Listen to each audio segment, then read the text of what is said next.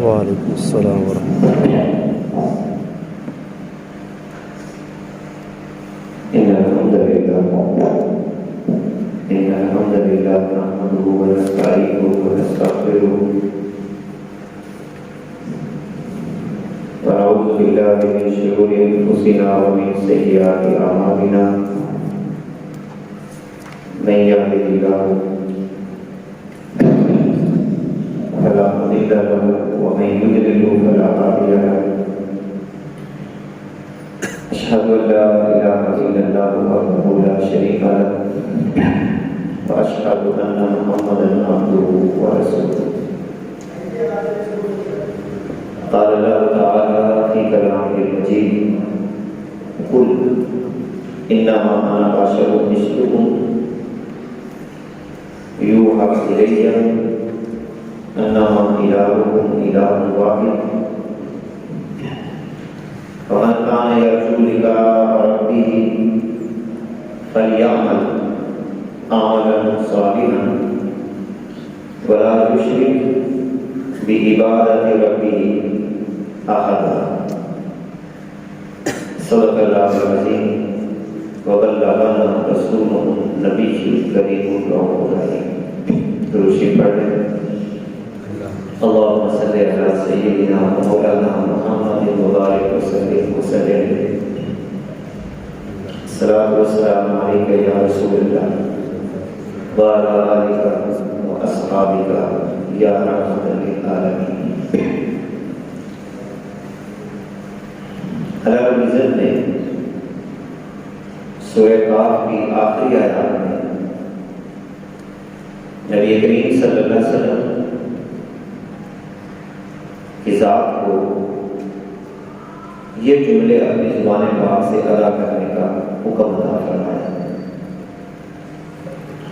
فرمایا کہ آپ بات فرما دیں انما انا بشر مثلکم، احکام کی پابندی کے حوالے سے میں تمہاری جیسا بشر یوحی الیہ، میری طرف وحی کی جاتی ہے، اور ان میں سب سے پہلی بات انما الہکم الہ واحد، کہ تمہارا معبود ایک ہی معبود ہے۔ فمن کان یرجو لقاء ربہ، پس جو اپنے رب سے ملاقات چاہتا ہے فلیعمل عملا صالحا، اسے چاہیے کہ نیک اعمال اختیار کرے، ولا یشرک بعبادۃ ربہ احدا،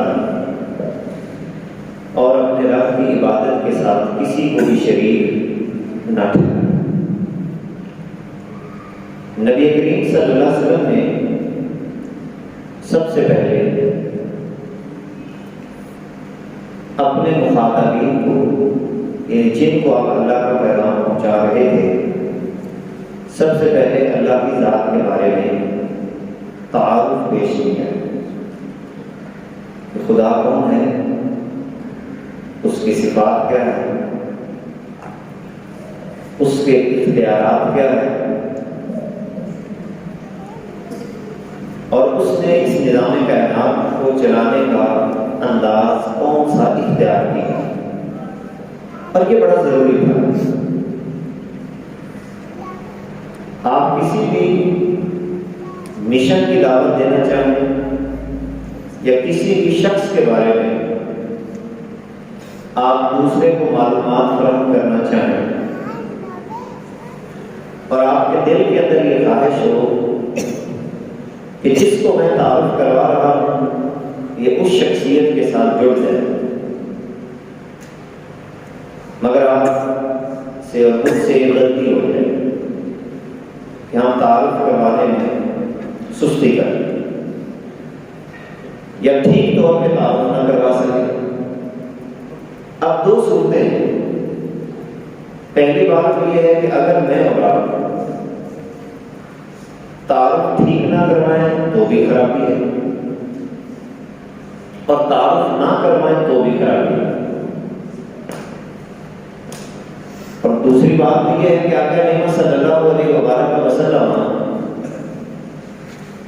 جیسا کہ میں نے گزشتہ جمعے میں عرض کیا کہ حضور علیہ السلام اللہ کی طرف سے شاہد بنا کر بھیجے گئے، اور شاہد کی ذمہ داری تھی کہ وہ ٹھیک ٹھیک تعارف کروائے۔ کسی بھی شے کا جب تعارف نہ کروایا جائے تب بھی نقصان ہوتا ہے، اور تعارف ٹھیک نہ کروایا جائے تب بھی نقصان ہوتا ہے۔ مثال کے طور پر میں کسی بھی شخص سے کسی کو ملوانا چاہتا ہوں اور اس کا تعارف ٹھیک نہ کرواؤں، غلط کرواؤں، اور جو شخص اس کے پاس جا رہا ہے کچھ امیدیں باندھ کر جو آپ نے تعارف کروایا ہے اس کے مطابق اللہ نہ نکلا تو وہ جانے والا اس سے متنفر ہو جائے۔ آپ کسی بھی شخص کے بارے میں تعارف یہ کرواتے ہیں کہ یار جب بھی کوئی بندہ اس کے پاس جاتا ہے تو وہ مسکرا کے ملتا ہے، یا آپ یہ تعارف کرواتے ہیں کہ فلاں شخص کے پاس جب کوئی بندہ جاتا ہے تو وہ اسے فلاں چیز عطا کرتا ہے۔ اس تعارف کی بنیاد پر وہ اس سے ملنے چلا گیا، مگر وہاں پہ جا کے دیکھا کہ نہ تو وہ مسکرا کے ملتا ہے اور نہ ہی وہ کوئی چیز عطا کرتا ہے۔ یقیناً جس شخص کو آپ نے اس مقام پر بھیجا ہے اس کے دل کے اندر اس ذات کے بارے میں نفرت پیدا ہو جائے، دور ہو جائے۔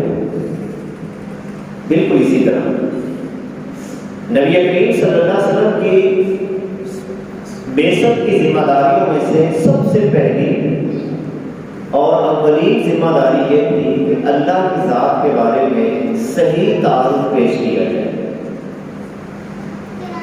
یہی وجہ ہے کہ آپ اگر مکی صورتوں کا مطالعہ کریں تو مکی صورتوں میں سب سے زیادہ آپ کو خدا کا تعارف ملے گا، سب سے زیادہ احکامات بعد میں بیان کیے گئے۔ اللہ کون ہے، اللہ کی قدرتیں کیا ہیں، آسمان اور زمین سے وہی رزق عطا کرتا ہے، تمام جہانوں کا مالک ہے، وہ رحیم بھی ہے، ستار بھی ہے، غفار بھی ہے، زندگی موت اسی کے اختیار میں ہے، اسی کا مالک وہی مالک ہے۔ کون ہے جو چلتی ہوئی ہواؤں کو روک سکے سوائے اس کے؟ تو آقا کریم علیہ السلام نے سب سے پہلے اللہ کا تعارف کروایا۔ جب صحابہ کرام کے ذہنوں میں اللہ رب العزت کی ذات کا تعارف بیٹھ گیا، اب دوسرا مرحلہ یہ ہوتا ہے کہ جس کا جو نمائندہ بن کے آئے اس کی طرف سے جو پیغامات ہیں ان کو بھی پہنچانا ہے۔ اب یقیناً نبی کریم صلی اللہ علیہ وسلم آپ نے جب اللہ کے پیغامات کو امت تک پہنچانا شروع کیا، اب اس کے لیے ضروری تھا کہ ان احکامات پر عمل پیرا ہونے کے لیے کوئی نہ کوئی رول ماڈل بھی ہونا چاہیے۔ اگر اللہ تعالیٰ نے نماز کا حکم دیا ہے وہ نماز خود تو نہیں پڑھتا، اگر اللہ رب العزت نے زکوٰۃ کا حکم دیا ہے زکوٰۃ کو خود تو ادا نہیں کرتا، اگر اللہ تعالیٰ نے والدین کے ساتھ اس نے سلوک کا حکم دیا ہے اللہ کے تو والدین ہی نہیں، بچوں کے ساتھ اگر اس نے سلوک کا حکم ہے تو اللہ کے بچے نہیں ہیں، تجارت وہ نہیں کرتا، تو اب اس کا حل کیا ہے؟ اس حوالے سے اللہ رب العزت نے اسی آیت پاک کے اندر جواب دیا، فمن کان یرجو لقاء ربہ، جو اپنے رب سے ملاقات چاہتا ہے اسے چاہیے فلیعمل عملا صالحا، اسے چاہیے کہ اچھے اعمال کو اختیار کرے۔ کیسے کیے جائیں؟ دل میں تو خدا کی محبت پیدا ہو رہی ہے، میں نے چاہا کہ خدا سے ملوں، مگر جواب آتا ہے کہ اچھے اعمال کو اختیار کرو تو کس کی پیروی کرنی ہے؟ اس کا جواب یہ اللہ رب العزت نے قرآن مقدس میں ہمیں عطا فرما دیا، قل ان کنتم تحبون اللہ فاتبعونی، اگر تم چاہتے ہو خدا سے محبت کرنا تو مجھ محمد کی اتباع کرو، میری اتباع کرو گے یحببکم اللہ، اللہ رب العزت تم سے محبت کرنے لگ جائے گا۔ نبی کریم صلی اللہ علیہ وسلم کی اس ذمہ داری کے حوالے سے، یعنی لوگوں کو خدا کی ذات کی طرف بلانا،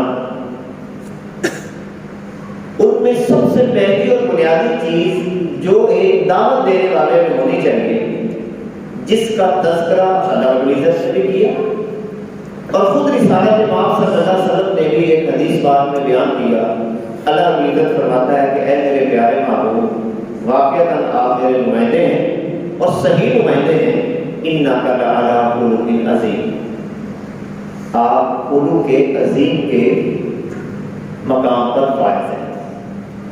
اور یہی بات رسالت پاک صلی اللہ علیہ وسلم نے فرمائی، انما بعثت معلما لاتمم مکارم الاخلاق، مجھے اس کائنات کے اندر بھیجا ہی اسی لیے گیا ہے، معلم بنا کر بھیجا گیا تاکہ میں اخلاقیات کی تکمیل کروں۔ اب سوال یہ پیدا ہوا کہ نبی کریم صلی اللہ علیہ وآلہ وسلم کے اخلاقیات یا خلق وہ کیسا تھا؟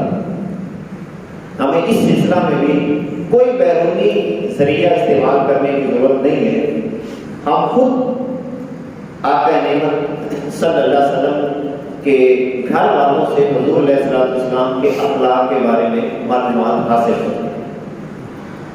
صحابہ کرام رضوان اللہ علیہ اجمعین، حضرت اماں عائشہ صدیقہ رضی اللہ تعالیٰ عنہا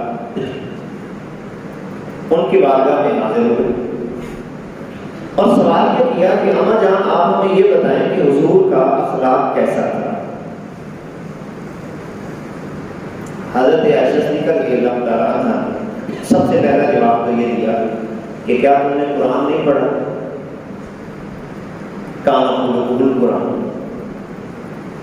اور پھر سورہ المومنون کی ابتدائی 11 آیات پڑھ کر اماں جان نے فرمایا ھذا خلق رسول اللہ صلی اللہ علیہ وسلم۔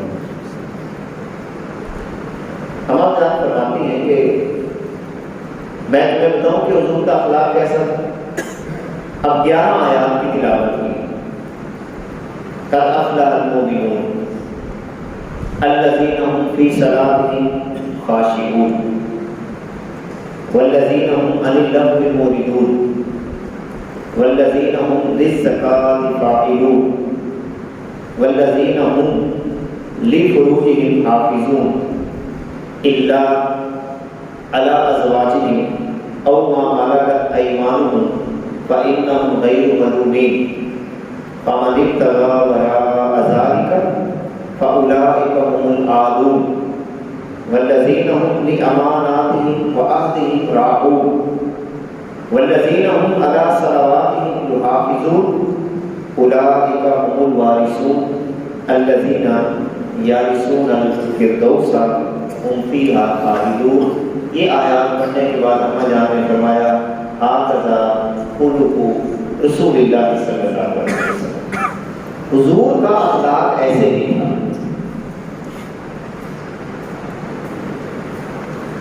من اخلاق النبوہ، گویا کہ یہ صفات آقا نعمت صلی اللہ علیہ وسلم کی طبیعت میں تھی۔ ان میں سب سے پہلی بات کہ حضور علیہ السلام جب نماز پڑھتے تھے صلاۃ، اب یہاں پر صلاۃ دو معنوں میں ہے، یا تو نماز کے معنی میں ہے یا دعا کے معنی میں، کیونکہ آگے نماز کا باقاعدہ الگ بھی ذکر کیا گیا ہے۔ اگر تو دعا کے معنی میں ہو تو بھی یا نماز کے معنی میں ہو تو بھی، آقا کریم علیہ السلام کے اخلاق کریمانہ میں سے ایک خلق یہ بھی تھا کہ دوران نماز آپ خشوع اختیار کرتے تھے، دوران دعا خشوع اختیار کرتے تھے۔ یعنی محض رسم پوری کرنے کے لیے اللہ کی بارگاہ میں حاضر نہیں ہوتے. خشوع اس وقت مکمل ہوتا ہے جب انسان کی طبیعت میں عاجزی ہو. اور اخلاق کی سب سے اولین بنیاد، تمام محدثین اس بات کو لکھتے ہیں کہ کسی بھی شخص کے اچھے اخلاق کی سب سے اولین بنیاد وہ انسان کے اندر پیدا ہونے والی عاجزی ہے.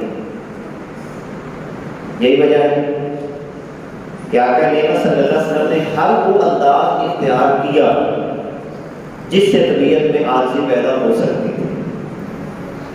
ایک صحابی سفر پہ جا رہے ہیں، دوران سفر ان کا گھوڑا نیچے گر جاتا ہے، چابک گھوڑے کا. نیچے اتر کر وہ اپنا چابک کو اٹھاتے ہیں. ساتھ والے صحابی کہتے ہیں کہ مجھے کہہ دیا ہوتا ہے کہ میں اس چابک کو اٹھا لیتا. تو وہ صحابی کہتے ہیں نہیں، علامہ رسول اللہ صلی اللہ علیہ وسلم اللہ نسأل الناس شیئا، کہ اللہ کے نبی نے ہمیں سکھائی ہے یہ بات کہ جتنا ممکن ہو سکے اپنے کاموں میں جو تم خود کر سکتے ہو اس سلسلہ میں کسی سے سوال نہ کرو. پانی اگر خود پی سکتے ہو تو خود پی لو. اگر آپ اپنا جوتا خود اٹھا سکتے ہو تو خود اٹھاؤ. حضرت عمر بن عبدالعزیز کتنا بڑا نام ہے. آپ اپنے خادم کے ساتھ بیٹھے ہوئے تھے رات کے لمحے میں، جو دیا جل رہا تھا وہ بجھ گیا. آپ خود اٹھے، تیل لیا، دیے میں ڈالا، اس کو جلایا. تو خادم نے پوچھا حضرت آپ مجھے حکم ادا کر دیتے، میں یہ کام کر دیتا ہوں. تو آپ نے بڑی پیاری بات فرمائی کہ اس تیل کے اٹھانے سے پہلے بھی میں عمر تھا اور یہ کام کرنے کے بعد بھی میں عمر ہی ہوں. میری حیثیت کے اندر کسی قسم کی کمی نہیں ہے. اس کا مطلب ہے کہ جو اخلاق نبوت میں سے یہ ہے کہ ہر انسان جو کام اپنے ہاتھ سے کر سکتا اسے چاہیے کہ اپنے ہاتھ سے ہی کام کرے، آرڈر نہ چلائے. گھر میں بھی ہمیں یہ انداز اختیار کرنا چاہیے. سیدنا علی مرزا رضی اللہ تعالیٰ عنہ سے بڑی تفصیلی ایک روایت ہے حضور علیہ الصلوۃ والسلام کے یہ لفظ خشوع کے اوپر یہ ساری باتیں میں آپ کو عرض کر رہا ہوں. اور بعض جگہوں پر یہ کہ اما جان عائشہ سے یہ روایت ہے کان رسول اللہ صلی اللہ علیہ وسلم فی بیتہ فی مہنۃ اہلہ. نبی کریم صلی اللہ علیہ وآلہ وسلم اپنے گھر کے کام کاج عموماً خود اپنے ہاتھ سے ہی کیا کرتے تھے. یفلسو کو اپنے کپڑوں کو سیدھا کرنا ہے. آج کل جیسے ہم استری کرتے اس دور میں تو استریاں نہیں ہوتی. اپنے کپڑوں کو استری کرنا ہے تو بجائے اس کے کہ آپ آگے چلائیں، ماں کو کہیں، بہن کو کہیں، بیوی کو کہیں، اگر آپ کے پاس وقت ہے اور آپ بستر پہ بس محض لیٹے ہوئے ہیں تو اللہ کے نبی صلی اللہ علیہ وسلم کی عادت نہیں ہے کہ آپ خود بستر پہ لیٹے ہوئے ہوں اور آپ کا کوئی کام دوسرا کر رہا ہو. یہ حضور علیہ الصلوۃ والسلام کے اخلاقی جو اصول ہیں اس کے خلاف ہے. اگر آپ واقعتاً کسی کام میں مصروف ہیں تو دوسرے کو درخواست کریں کہ یار یہ میرا کام کر دو. کپڑے آپ نے پہنے ہیں یہ آپ کا کام ہے، کھانا آپ نے کھانا ہے یہ آپ کا کام ہے، پانی آپ نے پینا ہے یہ آپ کا کام ہے. چونکہ آپ کے متعلق یہ کام ہے لہذا جو کام میری اور آپ کے متعلق ہو اور وہ کام میں کر سکتا ہوں اس سلسلہ میں کسی سے سوال نہیں کرنا چاہیے. یہ اخلاق نبوت میں سے. اب اس کا مطلب یہ ہوا کہ بات میں نے تمہید باندھی ہے کہ خدا سے ملنے کے لیے نبی کی اتباع کرنا ہوگی. لہذا خدا کی ذات سے ملنے کے لیے، اللہ سے ملنے کے لیے آپ اگر ایک جگہ پہ بیٹھ کے بس تسبیحات کر رہے ہیں اور آپ کے کام کاج کو دوسرا کر رہا ہے تو اس کا مطلب یہ ہے کہ آپ نے اللہ کے نبی کے طریقے کو چھوڑا تو آپ خدا سے نہیں مل سکتے.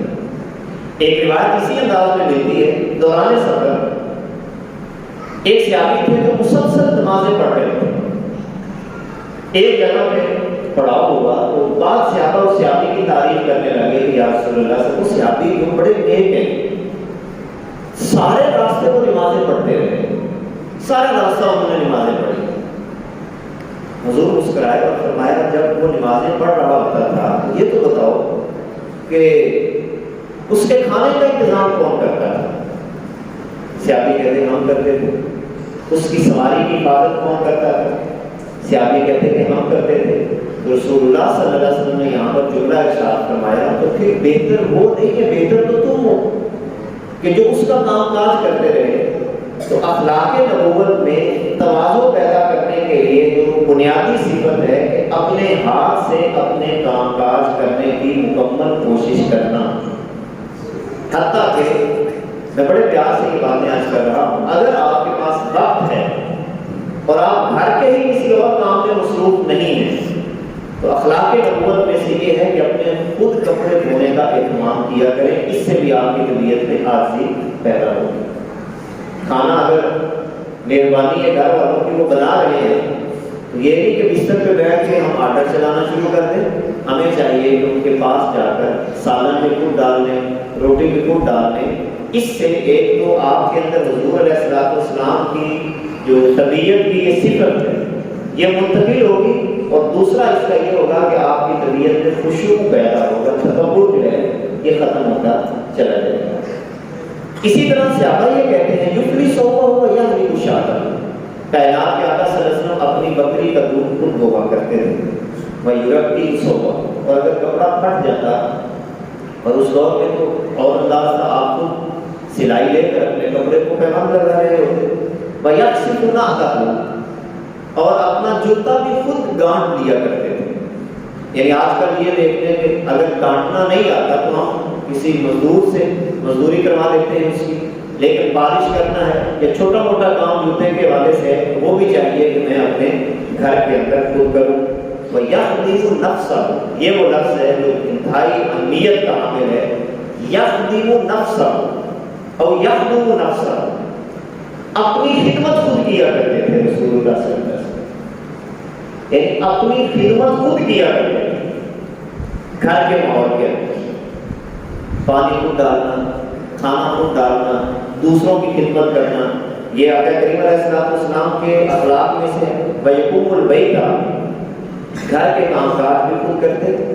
اور حضور علیہ السلام جب بازار سے سودا لینے جا رہے ہوتے یحمل بداعته من السوق، یحمل بداعہ، بداع کہتے ہیں ساز و سامان کو، تو آقا کریم صلی اللہ علیہ وسلم اپنا تھیلا یا جو سامان بازار سے خرید کے لا رہے ہوتے خود اپنی پشت پر لاد کے اپنے گھر کے اندر لے گیا، یعنی کسی کو نہیں کہتے کہ یہ میرا سامان اٹھاؤ، بلکہ جو سامان آقا کریم صلی اللہ علیہ وسلم خود اٹھا سکتے وہ سامان خود آپ اٹھا کر اپنے گھر میں لایا کرتے۔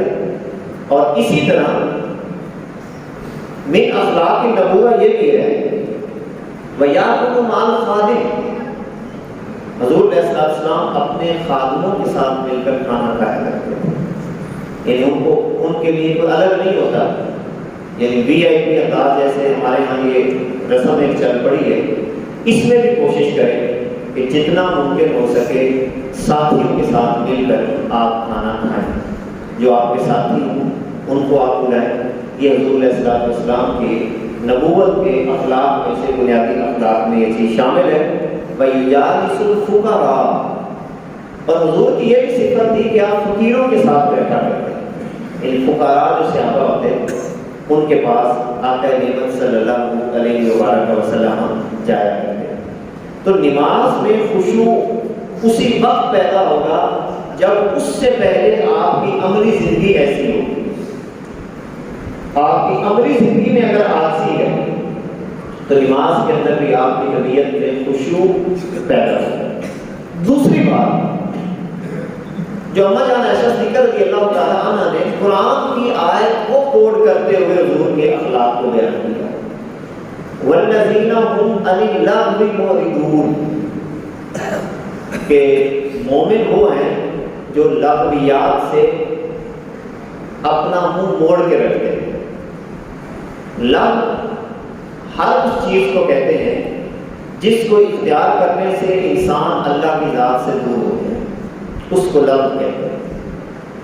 وہ اگر کوئی مجلس ہے جس کو اختیار کرنے سے میں اللہ سے دور ہو جاتا ہوں تو وہ بھی لغویات میں آ جائے۔ اگر کوئی کھیل ایسا ہے جس کو اختیار کرنے سے میں اللہ کی ذات سے دور ہوتا ہوں تو وہ بھی لغویات میں آ جائے گی۔ اور نبی کریم صلی اللہ علیہ وآلہ وسلم آپ کے بارے میں اس حوالہ سے یعنی لاکھ چیزوں سے حضور کس طرح محفوظ رہتے تھے۔ حضرت عائشہ صدیقہ رضی اللہ تعالیٰ عنہ سے روایت ہے، الجامع صحیح بخاری کی، آپ فرماتی ہیں کہ حضور علیہ السلام نے کبھی اپنی زبان سے کوئی بےہودہ بات کبھی بھی نہیں کی، فحاشی یعنی فحاشی پہ مبنی کوئی بات پوری زندگی ہم نے نہیں دیکھا کہ حضور علیہ السلام نے اپنی زبان سے نکالی۔ ہمیشہ آسن ترین گفتگو فرمایا کرتے تھے۔ نمبر 2، ولا متفاحشہ، اور کبھی آقا نبی صلی اللہ علیہ وسلم نے کوشش بھی نہیں کی کہ زبان سے کوئی بےہودہ بات جو ہے وہ نکالی جائے۔ اور تیسری بات، ولا سبحان فی الاسواق، حضور کبھی گلیوں میں چلاتے ہوئے ہم نے نہیں دیکھے کہ آقا نبی صلی اللہ علیہ وسلم اونچی اونچی چلا رہے معاذ اللہ معاذ اللہ باہر، یعنی باہر حضور کی یہ روٹین ہوتی ہے، چیک ہے کہ مسجد کے اندر چلانا، اونچی آواز میں بات کرنا۔ حضرت عمر فاروق رضی اللہ تعالیٰ عنہ کا زمانہ ہے، آپ نے دیکھا کہ مسجد نبوی میں 2 بندے اونچی اونچی بات کر رہے تھے۔ کوشش کریں اگرچہ کوئی کر رہا ہو تو اس پہ سختی نہیں کرنی، یہ الگ اخلاق ہے۔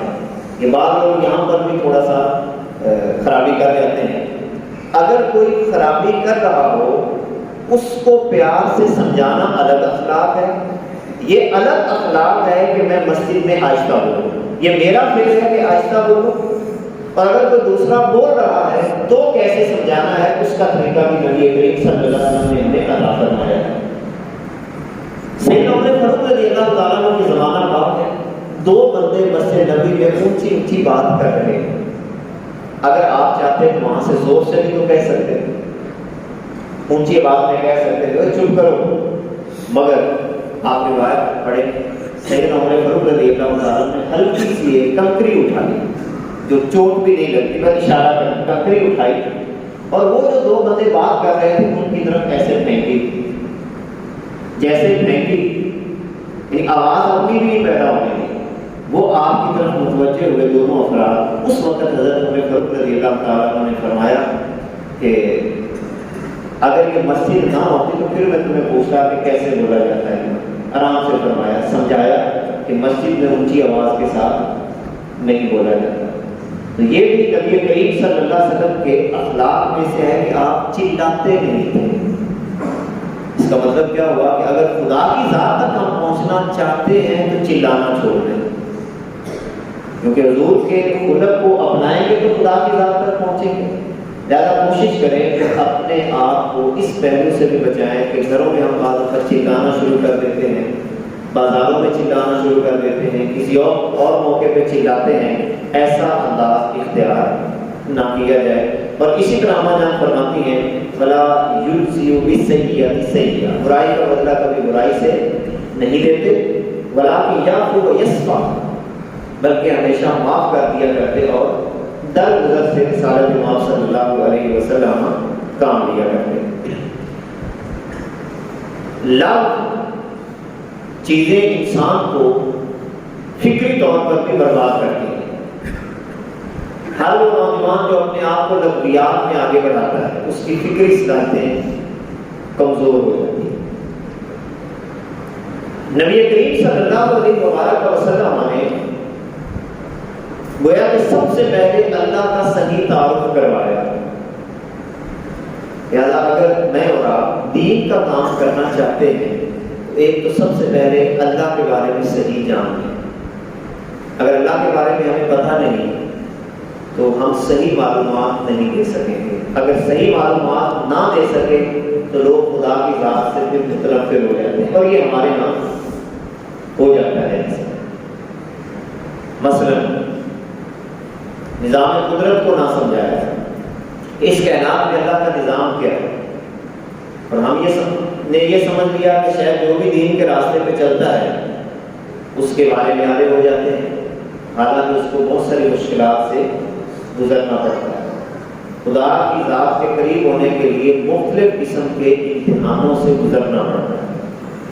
اگر آپ میں وہ صلاحیت پیدا نہ ہوئی اور یہ سمجھ لیا کہ بس ویسے ہی کام چل جائے گا، تو یہ آپ کی نتیجہ یہ نکلتا ہے کہ لوگ خدا سے دور ہو جاتے ہیں۔ نماز پڑھتے ہیں پھر شکوے کرنے لگ جاتے ہیں، یا نماز بھی پڑھتے ہیں حالات ٹھیک نہیں ہو رہے، روزہ بھی رکھتے ہیں حالات ٹھیک نہیں ہو رہے، بیماریاں بھی جا رہی ہیں۔ تو اصل مومن کا کام کیا ہے کہ ان تمام حالات کے اندر پھر بھی اپنی زبان پر اللہ رب العزت کی توحید کو بیان کرتا رہے۔ آخری بات آج کی ہماری گفتگو کی، اور پھر آگے انشاءاللہ اگلے جمعے یہ ساری صفات کے اوپر ایک ایک کر کے تبصرہ ہوگا۔ نبی کریم صلی اللہ علیہ وسلم نے اسی اخلاق کے بارے میں ارشاد فرمایا۔ یہ کتنی وزنی چیز ہے۔ دو روایت میں عرض کروں گا۔ ایک روایت میں یہ ہے کہ قیامت کے دن انسان کے نامہ اعمال میں جو سب سے زیادہ وزنی چیز ہوگی وہ اس کا اچھا اخلاق ہوگا، یعنی نمازیں، روزے، حج، زکات، ان کا وزن تھوڑا ہوگا۔ سب سے زیادہ جس چیز کا وزن ہوگا وہ اچھے اخلاق۔ اب اخلاق میں گفتگو بھی ہے، آپ کا بازار میں چلنا بھی اخلاقیات میں آئے گا، آپ کی کسی کے ساتھ پبلک ڈیلنگ، لوگوں کے ساتھ آپ بات کر رہے ہیں، کیسے کر رہے ہیں یہ بھی اس میں آ جائے گا۔ آپ بازار میں جاتے ہیں، کسی کی عزت ہے، بہن ہے یا بیٹی ہے، اور دیکھ کر آپ فوراً اپنی نظروں کو جھکا لیتے ہیں، یہ بھی انسان کے اخلاقیات میں شامل ہے۔ ہمارے یہاں نوجوان ایک بہت بڑی غلطی کرتے ہیں، اور وہ کون سی غلطی کرتے ہیں؟ اگرچہ نیک بھی ہوتے ہیں، ہم کسی کی نیکی کے اوپر تو ویسے ہی کوئی اعتراض کبھی کرتے ہی نہیں ہیں، اللہ بہتر جانتا ہے کہ کون اللہ کے زیادہ قریب ہے کون نہیں۔